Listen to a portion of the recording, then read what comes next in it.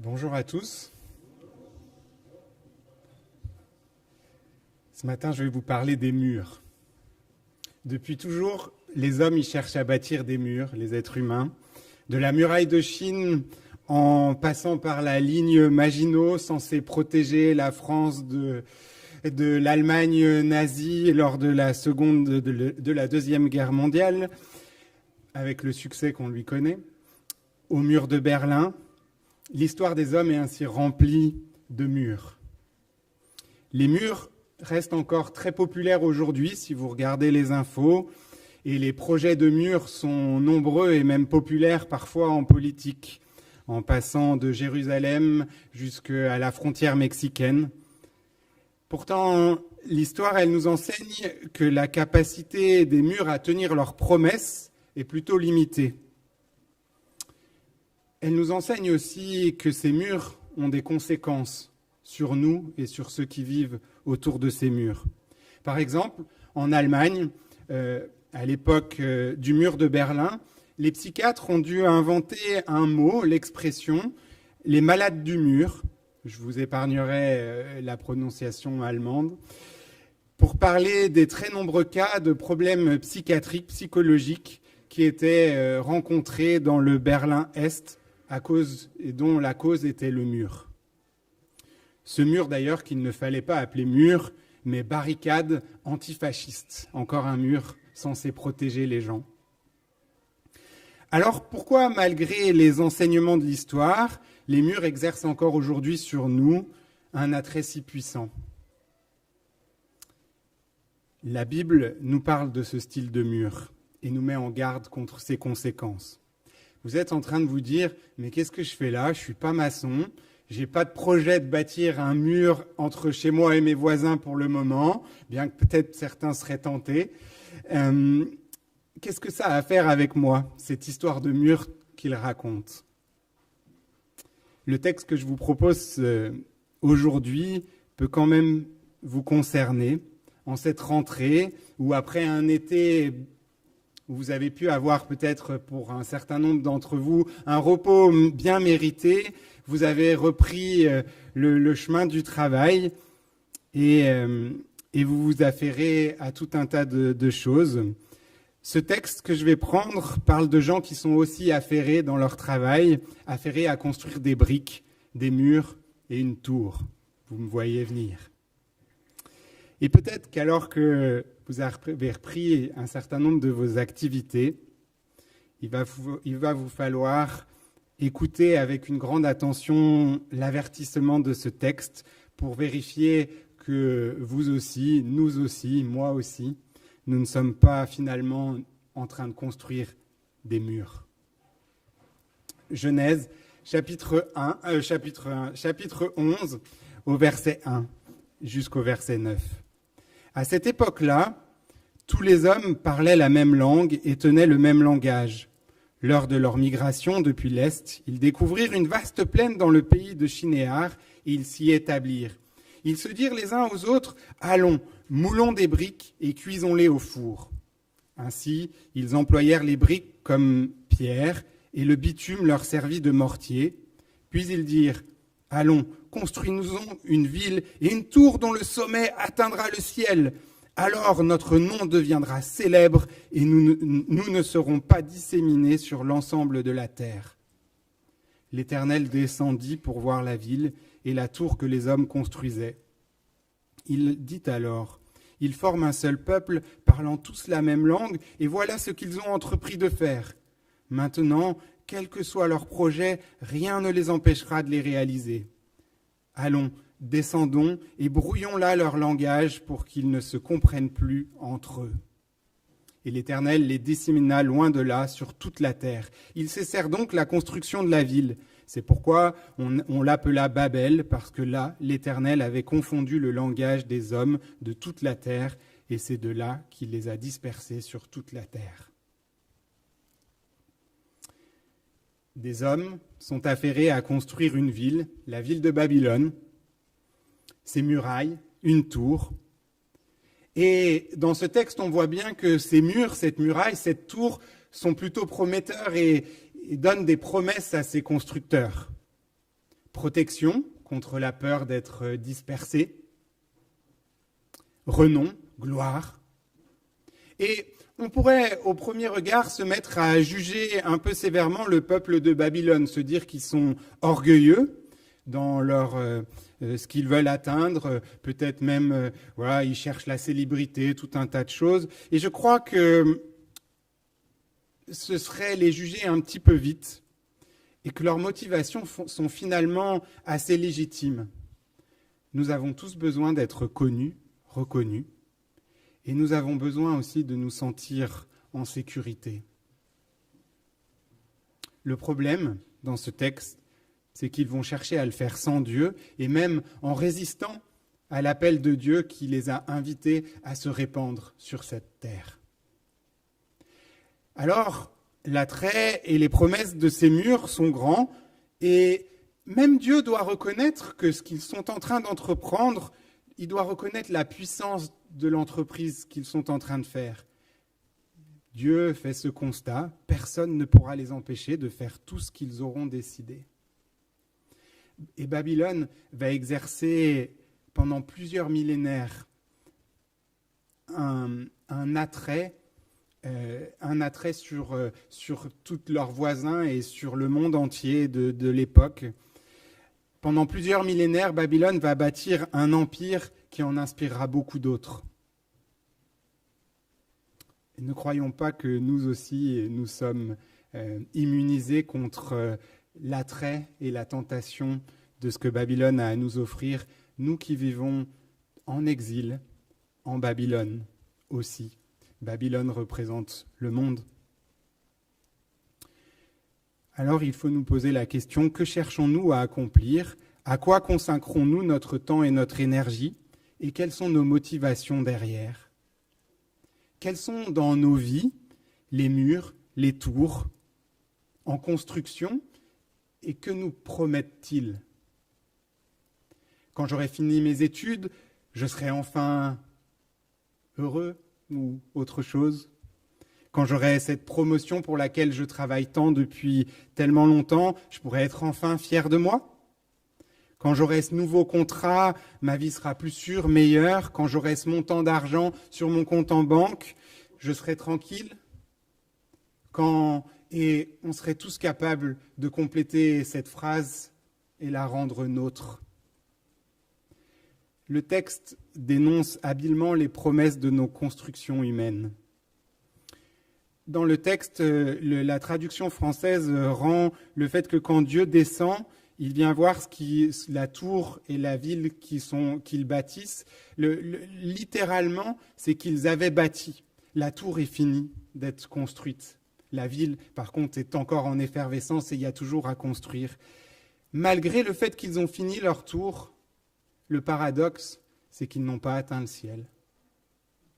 Dieu doit descendre pour venir voir ce qui s'y passe. Les murs appellent d'autres murs, les tours appellent d'autres tours. Quand on est arrivé en haut de la première tour, on se rend compte qu'il y en a une plus grande ou qu'il y a des nouvelles étapes à accomplir. C'est une quête sans fin, une frénésie sans fin dans laquelle les Babyloniens sont engagés et nous avec dans l'activité du monde, bien souvent. Et l'unité d'apparence. Qui d'entre vous est responsable d'équipe, manager ou a déjà managé des équipes et ne serait pas envieux, en lisant ce texte, de se dire « j'aimerais bien être responsable de la ville de Babylone ». Ils sont tous en train de faire leur boulot, de briqueter des briques et d'accomplir la tâche. Mais quelle tâche? Cette unité de façade, elle montre juste la pauvreté de l'uniformité qui s'y vit. Ils sont en train de briqueter des briques. Et ce texte destiné à être lu par les Israélites rappelle aux lecteurs israélites tout de suite un épisode bien précis de l'histoire d'Israël, celui de l'esclavage. L'auteur dénonce que ces personnes en train de bâtir leur tour, leurs murs, sont en esclavage, sont des esclaves. Alors comment vivre et être délivrés de murs que nous participons à bâtir? Il va falloir être délivré de cette peur qui est à la source de ces murs. Parce que les murs n'ont pas la capacité à faire descendre la peur. Bien au contraire, partout où des murs s'élèvent dans le monde, les gens qui vivent autour de ces murs, ce qu'on constate, c'est que ces murs entraînent encore une peur qui croît. La peur de ce qu'il y a de l'autre côté de ce mur, la peur des autres. Mais les murs n'ont absolument aucune capacité à apaiser nos peurs. La peur d'être insignifiant fait jaillir en nous tout un tas d'autres peurs. Et elle nous pousse, comme les Babyloniens, à chercher à être connus, reconnus. Et cette peur peut se retrouver à la racine de toutes nos activités humaines. Et si c'est cette peur qui est à la racine de nos activités, alors elle nous invite seulement sur 2 chemins. Il y a 2 possibilités. D'un côté, le succès. Vous pouvez faire partie de ceux qui ont succédé et qui vont pouvoir monter leur boîte de « faites comme moi » et vous aurez du succès dans la vie. Vous pouvez, en tous les cas, ce succès vous entraînera vers l'orgueil, vers le fait d'imposer vos idéaux et vos tours aux autres comme des modèles de succès. Elle transformera votre manière de rentrer en contact avec les gens qui sont autour de vous. Ils deviendront des outils pour bâtir votre tour et plus des vis-à-vis. Vous pourrez les regarder de haut depuis votre tour. Vous aurez réussi, au moins en apparence. Mais pour beaucoup d'autres, le chemin qui s'ouvre, c'est le chemin de l'échec, du désespoir, du découragement. Quand Dieu nous fait la grâce d'interrompre nos constructions, peut-être que nous serons vus comme des losers, mais à travers ce chemin de l'échec va s'ouvrir un nouveau chemin que Dieu nous propose. Et c'est en tournant la page de votre Bible au chapitre suivant que ce chemin s'ouvre pour tout un nouveau peuple, pour ceux à la suite d'Abraham qui vont vouloir répondre à l'invitation de Dieu. Et je vais vous lire les premiers versets du chapitre 12 de la Genèse. L'Éternel dit à Abraham: va, quitte ton pays, ta famille et la maison de ton père pour te rendre dans le pays que je t'indiquerai. Je ferai de toi l'ancêtre d'un grand peuple. Je te bénirai. Je ferai de toi un personnage renommé et tu deviendras une source de bénédiction pour d'autres. Je bénirai ceux qui te béniront et je maudirai ceux qui t'outrageront. Toutes les familles de la terre seront bénies à travers toi. Ce n'est plus à Abraham de se faire un nom, vous l'avez remarqué dans ce texte. C'est Dieu lui-même qui lui fera un nom. C'est Dieu qui lui assure la sécurité et la postérité. Abraham est invité à faire confiance à Dieu et à lui obéir. Cette confiance, cette foi, n'est pas si facile. Elle a des conséquences, elle implique un certain nombre de choses. Il doit quitter tout ce qui fait sa sécurité et son identité. Il doit sûrement abandonner lui aussi tout un tas de constructions qui étaient en cours dans sa vie avant que Dieu lui fasse cette invitation, un certain nombre de murs peut-être, de tours, pour endosser cette nouvelle identité bien meilleure que Dieu lui offre. Et c'est un chemin sur lequel Dieu nous invite. Un chemin de transformation, un chemin qui nous appelle à renoncer à nos propres murs, à ce qui fait notre sécurité, à ce qui comble nos peurs pour embrasser ce que Dieu veut nous offrir et qui est bien meilleur. En Jésus-Christ, Dieu s'est fait homme. Et comme Dieu a rejoint Abraham et l'a invité à le suivre, Dieu, en Christ, nous a rejoints dans notre condition humaine. Il est mort pour nous offrir le pardon et nous délivrer de tous nos murs, de toutes nos peurs. Il est ressuscité, il a vaincu la mort, la peur ultime n'a plus de prise pour nous à sa suite et si nous décidons de placer notre confiance en lui. Alors sur cette base, Christ bâtit une nouvelle communauté, une nouvelle ville. C'est le projet de l'Église que Dieu institue et qui voit le jour de la Pentecôte.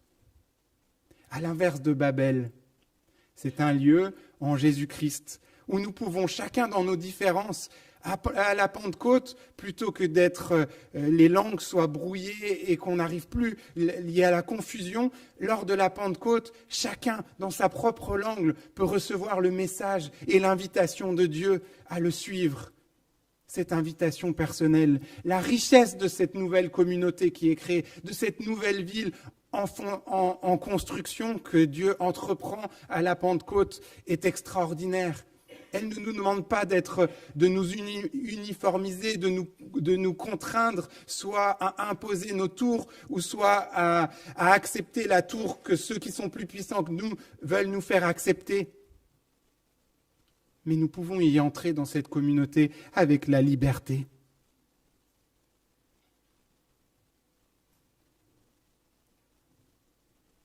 Dieu ne nous oblige pas à monter tout en haut de l'échelle pour nous rejoindre. Mais il vient nous rejoindre là où nous sommes. Et il n'y a pas d'abysse plus profond. Peut-être qu'aujourd'hui, dans votre vie, vous avez l'impression d'être perdu, vous avez l'impression de couler, vous avez l'impression de vous enfoncer. Il n'y a pas un abysse sur cette terre, un endroit suffisamment profond pour que Dieu ne puisse vous rejoindre en Christ et venir vous donner sa main et vous conduire sur ce chemin qu'il vous offre, cette nouvelle identité, faire tomber ces murs si vous faites appel à lui. Alors l'Église n'est pas un lieu pour nos idéaux et la dictature de nos tours, mais un lieu de grâce. Et avec l'apôtre Pierre, j'aimerais vous inviter tous, membres de cette Église, sur la fondation de Jésus, à vous engager dans les différents services de l'Église, non pour bâtir vos tours, mais pour laisser Dieu bâtir et révéler à travers vous qui êtes les pierres vivantes, les prémices de cette nouvelle ville, la cité de Dieu, la nouvelle Jérusalem, qui descend du ciel sur la terre et ne nous oblige pas à monter l'échelle. Cette ville où Dieu nous promet qu'il nous donnera un nouveau nom. Cette ville dans laquelle les portes ne sont jamais fermées, nuit et jour, parce qu'il n'y règne plus de peur. Cette ville dans laquelle les richesses de la terre sont accueillies. Les richesses que vous avez, que Dieu a mises en vous, sont accueillies, parce que chacun est reconnu, connu. Ça implique là aussi un chemin d'obéissance, un chemin de foi. Pas toujours facile d'abandonner vos constructions, vos murs, vos tours, ce qui peut faire votre sécurité aujourd'hui. Vos fonctionnements, un certain nombre de ces fonctionnements en tous les cas.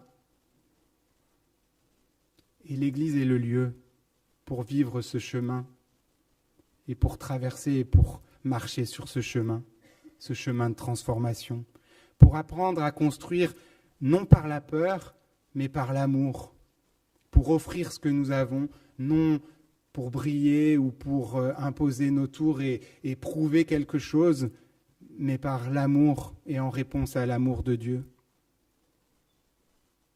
Celui qui est descendu pour marcher avec nous. Ça ne changera peut-être pas toutes vos activités, mais ça changera vos priorités et le pourquoi vous faites ces activités. Ça renouvellera et ça changera votre mode d'être en relation les uns avec les autres.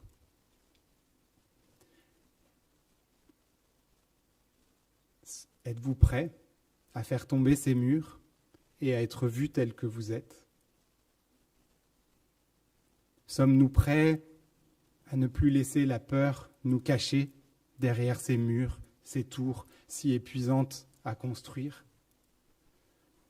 Dieu, dans son Église, nous invite à être connus avec l'assurance que nous ne serons pas jugés. Il a pris le jugement sur lui-même.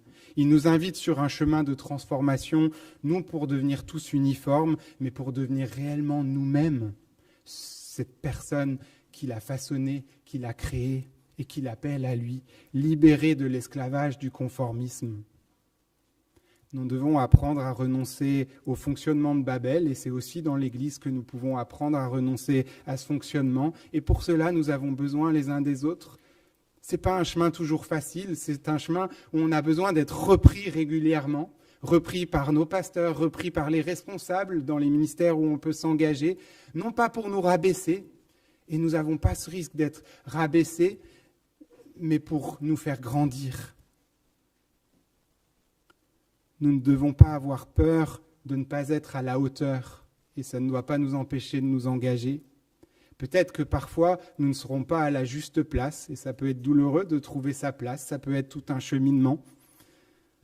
Mais trouver sa place dans cette Église, c'est trouver notre véritable vocation, trouver le véritable appel que Dieu vous fait à chacun d'entre vous.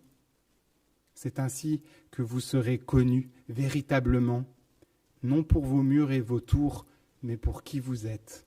Amen.